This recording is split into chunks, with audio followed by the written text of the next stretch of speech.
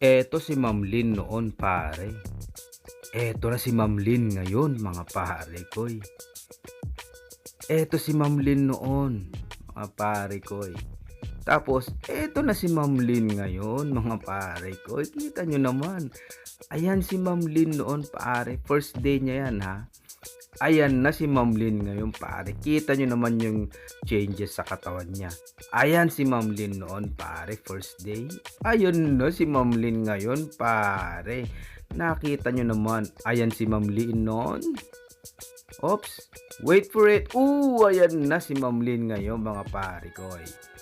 So ano yung mga ginawa namin? Ano yung nung first day ni Ma'am Lynn kasi tinanong ko ano ba yung ipa-prioritize natin. So ang napansin ko sa kanya yung breast niya, yung chest niya medyo mababa, and then yung glutes. So since si Ma'am Lynn ay 41 years old na, hindi na siya bata anymore. She's not young anymore. So prioritize namin ngayon yung chest or yung boobs at saka yung glutes niya, saka legs niya. Gusto niya mawala yung mga taba-taba at saka yung mga guwit-guwit. So ayun, prioritize talaga namin yan. Actually ginagawa naman niya lahat ng splits, pero ang mas pinaprioritize talaga namin is yung glutes and legs niya, and of course yung chest niya or yung breast niya. Kita niyo naman para yung glutes ni Ma'am Lynn, talagang sobrang nag-improve siya. Imagine wala pang 3 months yan actually recorded na yan ng mga 80th day niya or 75th day na nagwo-workout. So kita nyo naman improvement ng glutes niya pare. Ang ganda ng naging improvement niya. Take note pare, 41 si Ma'am Lynn ha. So hindi na basta-basta mag-gain ng muscle kumbaga, pero dahil nga hardworking si Ma'am Lynn, so na-achieve niya yan. Imagine kung 6 month niya ginagawa yan.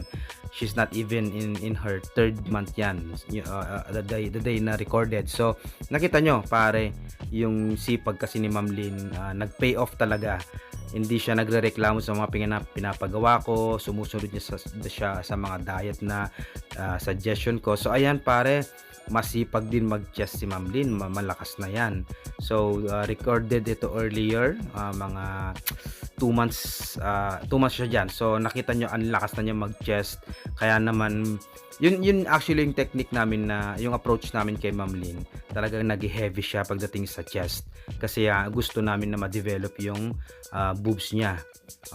So yan ang ano namin, yan yung dito ko siya pinapababad pare sa decline para ma-push up yung kanyang chest.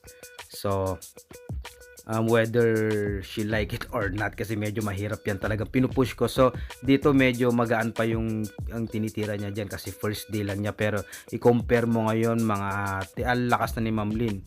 5 kilos lang yan. So ngayon nakakapag na siya 15. So malakas na. So ito crossover cable fly. Yan. Basta yung hindi pa siya masyadong dito, mga first month pa lang siya, pero ang ganda na ng mga executions niya ngayon. Nakukuha na niya yung proper executions. So yan din, kita nyo talagang masipag siya mag-chest, at lahat ng pinapagawa ko talaga priority namin yung chest niya or yung boobs niya, yung breast niya.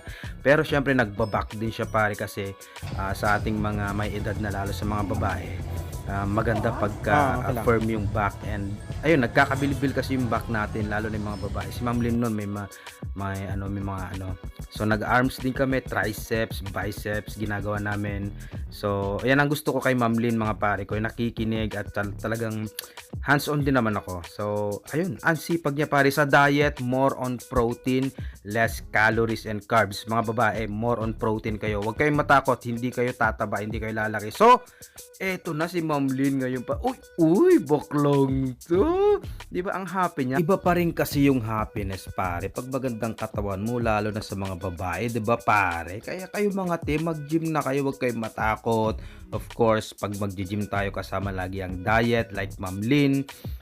Less calories, more on proteins. Nagwa-whey protein din siya, and of course dedication. Si Ma'am Lynn pare, sobrang dedicated. Ito lang masabi ko pagdating sa workout, papababae o lalaki, consistency pare over perfection.